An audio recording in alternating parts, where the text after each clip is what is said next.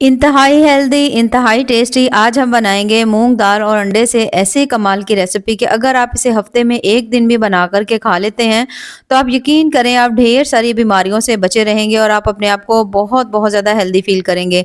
तो चलिए जी अपनी ज़बरदस्त इस रेसिपी को बनाना शुरू करते हैं। बिस्मिल्लाहिर्रहमानिर्रहीम। अस्सलाम वालेकुम। उम्मीद है आप सब ठीक होंगे। तो इस मज़ेदार सी रेसिपी को बनाने के लिए सबसे पहले तो आपने यहाँ पर ले लेनी है मूँग दाल। मूँग दाल जो है आपने यहाँ पे साबुत जो मूँग दाल होती है ना वो वाली लेनी है जो मैंने यहाँ पर ली है। अब यहाँ पर सबसे पहले तो आपने दाल को कर लेना है अच्छी तरह से साफ़, कोई भी इसके अंदर कंकर वगैरह हो या कोई चीज़ हो तो आप उसको इसके अंदर से निकाल लीजिएगा। अच्छी तरह आप इसको साफ़ कर लीजिएगा क्योंकि हमने इसको धोना नहीं है, ठीक है? तो जब आप इसे अच्छी तरह साफ़ कर लेंगे तो उसके बाद हमने यहाँ पर ले लेनी है एक अदद आप पैन ले लीजिए और उसके अंदर ये जो तमाम दाल है इस दाल को आपने इसके अंदर डाल देना है। दाल डालने के बाद अब हमने बिल्कुल हल्की फ्लेम के ऊपर दाल को हल्का ड्राई रोस्ट कर लेना है। बहुत ज़्यादा हल्की फ्लेम रखेंगे, फ्लेम आपने तेज़ नहीं रखनी और अब आपने दाल को इतना पकाना है कि इसका जो कलर है ना जिस तरह से ये थोड़ा इसका ग्रीन कलर है, इसका कलर जो है ना वो हल्का-हल्का सा डार्क ब्राउन सा हो जाए। मूँग दाल के बहुत-बहुत ज़्यादा फ़ायदे हैं। आजकल सर्दियाँ हैं तो मूँग दाल का हलवा बहुत ज़्यादा लोग शौक से खा रहे हैं। इसके अलावा इसकी पंजीरी बनाई जाती है, इसके लड्डू बनाए जाते हैं। तो आज मैं आपके साथ जो रेसिपी शेयर कर रही हूँ ये एक तो बहुत ज़्यादा ज़बरदस्त है और दूसरा सभी लोग इसे ईज़िली बना सकेंगे। अब यहाँ पर सबसे पहले तो आपने यहाँ पर आप देख रहे हो इसका कलर जो है वो अभी हल्का-हल्का सा ग्रीन है। इसको मैं मुसलसल हल्की फ्लेम के ऊपर भूनूँगी। फ्लेम अगर आप तेज़ करेंगे ना तो जल्दी से इसका जो कलर है वो चेंज हो जाएगा। तो और जो दाना है ना वो अंदर से वो कच्चा ही रह जाएगा। तो इसलिए हमने इसको हल्की फ्लेम के ऊपर पकाना है ताकि जो दाल है ना वो हमारी अच्छी तरह से पक जाए। अब यहाँ पर जो दाल है उसको पकते हुए तकरीबन यहाँ पर 5 से 6 मिनट हो चुके हैं। अच्छी तरह से जैसे ये पक जाएगी तो उसके बाद आप इसका कलर चेक कर सकते हैं। यहाँ पर इसका कलर जो है काफ़ी हद तक चेंज हो चुका है। जब इस तरह से ये कलर हो जाए तो यहाँ पर आपने फ्लेम को बंद कर देना है और दाल को आपने हल्का-सा ठंडा कर लेना है और मिक्सी में डाल कर के आपने इसका बिल्कुल पाउडर सा बना लेना है। अगर तो थोड़ा-सा दरदरा पाउडर हो तो आप इसको छान लीजिएगा और 1-2 से 2 दफ़ा दोबारा से मिक्सी में डाल कर के उसे अच्छी तरह से पीस लीजिएगा। अब यहाँ पर हमने वापस से पैन ले लिया है और इसके अंदर आपने यहाँ पर डालने हैं तकरीबन 5 से 6 अदद या 7 अदद आपने बादाम डालने हैं।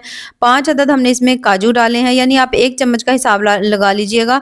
1 चम्मच आपने सभी चीज़ों को इसमें डालना है। उसके साथ ही मैंने इसके अंदर सफ़ेद जो तिल होते हैं 1 चम्मच डाल दिए हैं। 1 चम्मच हमने इसमें कद्दू के जो बीज हैं वो डाल दिए हैं जिसे हम पम्पकिन सीड्स भी कहते हैं। 4 मग्स जो होते हैं उसका भी मैं इसके अंदर 1 चम्मच डाल रही हूँ और उसके साथ यहाँ पर अलसी जो है उसे भी हम इसमें 1 चम्मच डालेंगे। अब यहाँ पर हमने जितनी भी चीज़ें डाली हैं ना उसमें सिर्फ़ और सिर्फ़ बादाम और काजू हैं, बाकी जितनी भी चीज़ें हैं वो तमाम सीड्स हैं यानी बीज हैं।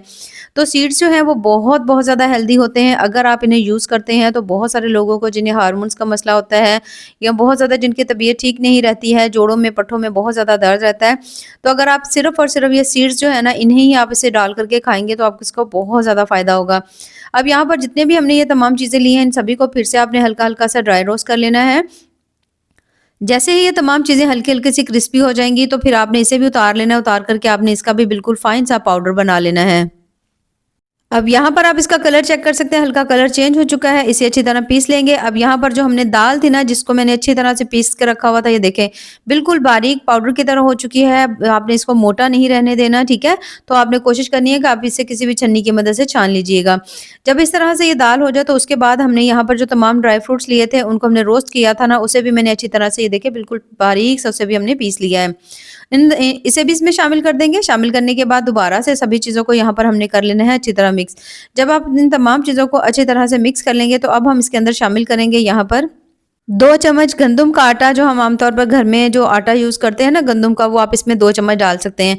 अच्छा, यहाँ पर अगर आप चाहें तो आप इसके अंदर 3 से 4 चम्मच भी डाल सकते हैं, कोई मसला नहीं होगा।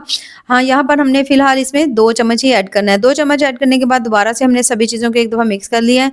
जैसे ही तमाम चीज़ें अच्छी तरह मिक्स हो जाएँगी तो अब आपने इसमें शामिल करने हैं यहाँ पर 2 अदद अंडे, ठीक है?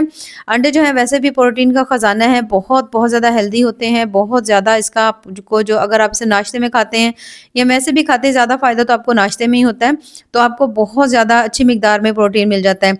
कुछ सब्जियाँ ऐड करेंगे। सबसे पहले तो हमने इसमें डाल दिया 1 अदद बिल्कुल बारीक कटा हुआ प्याज डाल देंगे, 1 अदद बिल्कुल बारीक कटा हुआ टमाटर डालेंगे, 2 से 3 चम्मच आपने बिल्कुल बारीक कटी हुई बंद गोभी डाल देनी है, 1 अदद मैं इसमें शिमला मिर्च डाल रही हूँ।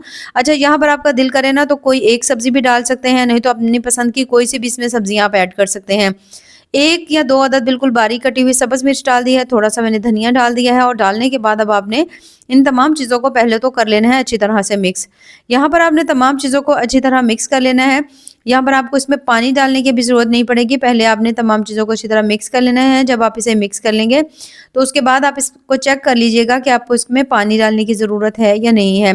अब यहाँ पर चम्मच से हमने अच्छी तरह मिक्स कर लिया है। अब हम इसमें डालेंगे 2 से 3 चम्मच पानी, ठीक है? ज़्यादा बिल्कुल नहीं डालना, थोड़ा-सा ही डालेंगे क्योंकि अंडे हैं, सब्जियाँ हैं, तो उनका भी पानी अच्छा खासा इसके अंदर हो जाएगा। अब यहाँ पर इन्हें सभी चीज़ों को मैंने यहाँ पर अच्छी तरह मिक्स कर लेना है। जैसे ही आप देखो कि आपने तमाम चीज़ों को अच्छी तरह मिक्स कर लिया है, तो यहाँ पर आपने इसको थोड़ा डो को ना आपने थोड़ा-सा सख्त रखना है, ठीक है? पतला बिल्कुल नहीं रखना, थोड़ा-सा आपने इसको सख्त रखना है। जितनी ये सख्त होगी, वैसे भी अगर आप इसे थोड़ी देर के लिए रेस्ट पे रखेंगे ना, तो इसके अंदर से पानी की नमी थोड़ी कम तो हो जाएगी, लेकिन आपने कोशिश करनी है कि आप थोड़ा-सा सख्त ही रखें। तो जब इस तरह से आप इसको गूँध लें, तो अब ये बहुत ज़्यादा सॉफ्ट हो, इसका बहुत ज़्यादा इसकी सॉफ्ट जो भी हम चीज़ बनाएँ वो कमाल की बने, तो उसके लिए हमने इसके अंदर शामिल करना है, यहाँ पर आपने घी डाल देना है। इसमें मैं 2 से 3 चम्मच जो घी है ना मेल्ट करके इसमें मैंने डाल दिया है। 1/3 चम्मच नमक इसमें शामिल कर देंगे, इतनी ही मैं इसके अंदर हल्दी शामिल कर दूँगी।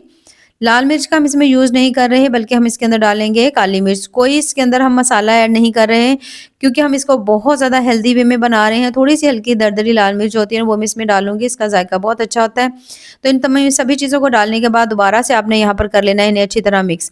अच्छा, यहाँ पर अगर आपका दिल करे कोई मसाला वगैरह ऐड करने को, तो आप कर सकते हैं, लेकिन अगर आप बहुत ज़्यादा हेल्दी वे में बनाना चाहते हैं, तो मेरे ख़्याल में इसमें कोई भी मसाला ऐड नहीं करें, बल्कि ये जो सब्जियाँ हैं और ये जितनी भी चीज़ें हमने इसमें डाली हैं ना, वो सभी बहुत-बहुत ज़्यादा हेल्दी हैं।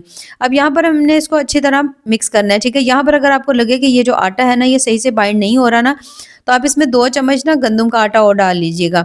अब यहाँ पर मैंने तो इसको गूँध लिया अच्छी तरह से, 10 से 15 मिनट के लिए इसे हम रेस्ट पर छोड़ देंगे। और जैसे ही 10 से 15 मिनट हो जाएँगे, तो अब यहाँ पर इसे पड़े हुए तकरीबन 15 से 20 मिनट हो गए हैं, तो अब आपने इसे प्लेट को उठाइए, देखिए आटा जो है ना, आपको थोड़ा फ़ील होगा कि पहले से थोड़ा-सा ज़्यादा ये सख्त हो चुका है। यानी कि जो हमने इसमें दाल डाली है ना, तो दाल पानी को एब्ज़ॉर्ब करती है, तो इसलिए उसने थोड़ा-सा इसको सख्त कर दिया है। अब यहाँ पर हमने इसके बनाने हैं पेड़े, ठीक है? पेड़े यहाँ पर आपने थोड़े बड़े साइज़ के बनाने हैं, वो हमने क्यों बनाने हैं, आगे चल के मैं आपको बताती हूँ कि हमने इसके पेड़े थोड़े से बड़े क्यों बनाने हैं।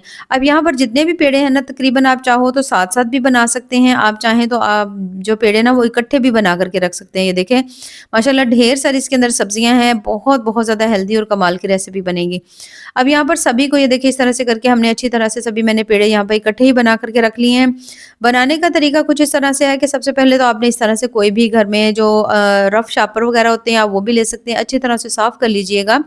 उसके बाद आप इसे कट कर लीजिएगा और अब हमने यहाँ पर इसके ऊपर लगा लेना है ऑयल, ठीक है? ऑयल लगाएँगे या घी लगा लेंगे या बटर लगा लीजिए, जो आपके पास हो। अब ये जो पेड़ा हमने बना कर के रखा हुआ था, इसे आपने इसके ऊपर रखना है और ये जो दूसरी साइड है ना इसकी, इसको आपने इससे कवर कर देना है। तो जैसे ही आप इसको इससे कवर कर देंगे, अब आप इसे बेलनी की मदद से, हाथ की मदद से आप इसको फैला सकते हैं। ये देखिए इस तरह से करके बहुत ज़्यादा ईज़िली फैल जाएगी, कोई मसला नहीं होता, कहीं से नहीं टूटेगी, क्योंकि अगर आप इसे दूसरी तरह पकाएँगे, तो फिर आप इस रोटी को हैंडल नहीं कर सकेंगे। अगर आप इसे इस तरह से बनाएँगे ना, तो एक तो बहुत ज़्यादा आसानी से बन जाएगी और बहुत ज़्यादा इसकी अच्छी शेप होगी। अब यहाँ पर जो रोटी है वैसे तो हमारी यहाँ पे बन चुकी है, ठीक है? अब अगर आप इसको बहुत ज़्यादा अच्छी सी शेप देना चाहते हैं, तो फिर उसके लिए इस तरह कोई भी प्लेट ले लीजिए या कोई सांचा वगैरह ले लीजिए, जिस तरह ये मेरे पास है।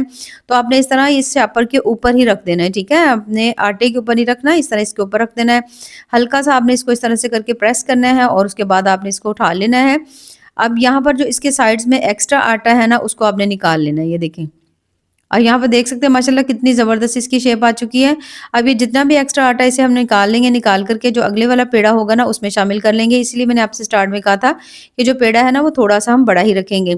अब हमने इसके अंदर से रोटी निकालनी है। रोटी निकालने का बड़ा ही आसान सा तरीका, इस तरह आपने शापर को उठाना है, हाथ के ऊपर आराम से आप रोटी डाल लीजिए और ईज़िली आप इस रोटी को पका सकते हैं। कोई क्रैक्स नहीं पड़ेंगे, ना ही कहीं से टूटेगी। अब तवे के ऊपर अगर आप चाहो तो तेल हल्का सा लगा सकते हो या घी लगा सकते हो, तो मैंने ऐसे ही तवे के ऊपर डाल दिए क्योंकि नॉन स्टिक तवा था। तो आप अगर दूसरे वाला तवा हो ना, तो हल्का-सा आप ऑयल वगैरह लगा लीजिएगा। अब जो आपने इसको हल्की फ्लेम के ऊपर पकाना है, ठीक है? फ्लेम आपने तेज़ नहीं करनी। ये जो रोटी है आम रोटी से थोड़ी-सी मोटी होती है, तो इसलिए आपने इसको बिल्कुल हल्की फ्लेम के ऊपर पकाना है, तसल्ली से पकाना है। जैसे ही एक साइड अच्छी तरह से पक जाए, तो आपने इसकी साइड्स को चेंज कर देना है।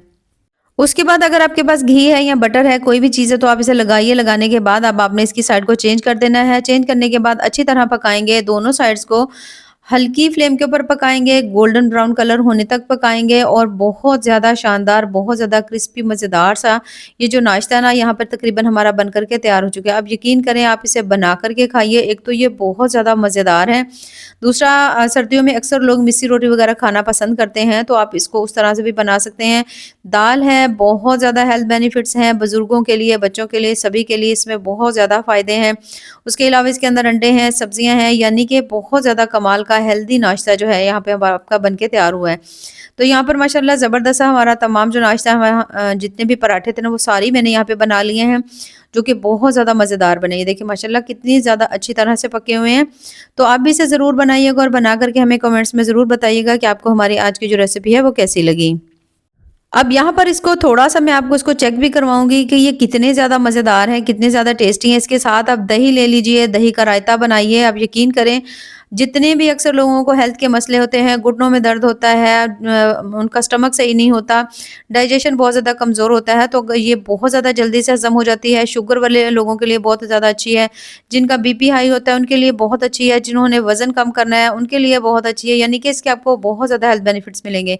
अब यहाँ पर आप देख सकते हैं माशाल्लाह कितनी ज़बरदस्ती हमारी जो ये रोटी है ये बन कर के तैयार हुई है। अंदर तक सब्जियाँ पकी हुई हैं, बहुत ज़्यादा शानदार सी बनी है। तो आप भी इसे ज़रूर बनाइएगा और बना कर के हमें कमेंट्स में ज़रूर बताइएगा कि आपको हमारी आज की रेसिपी कैसी लगी। बाकी दुआओं में याद रखिए। अल्लाह हाफ़िज़।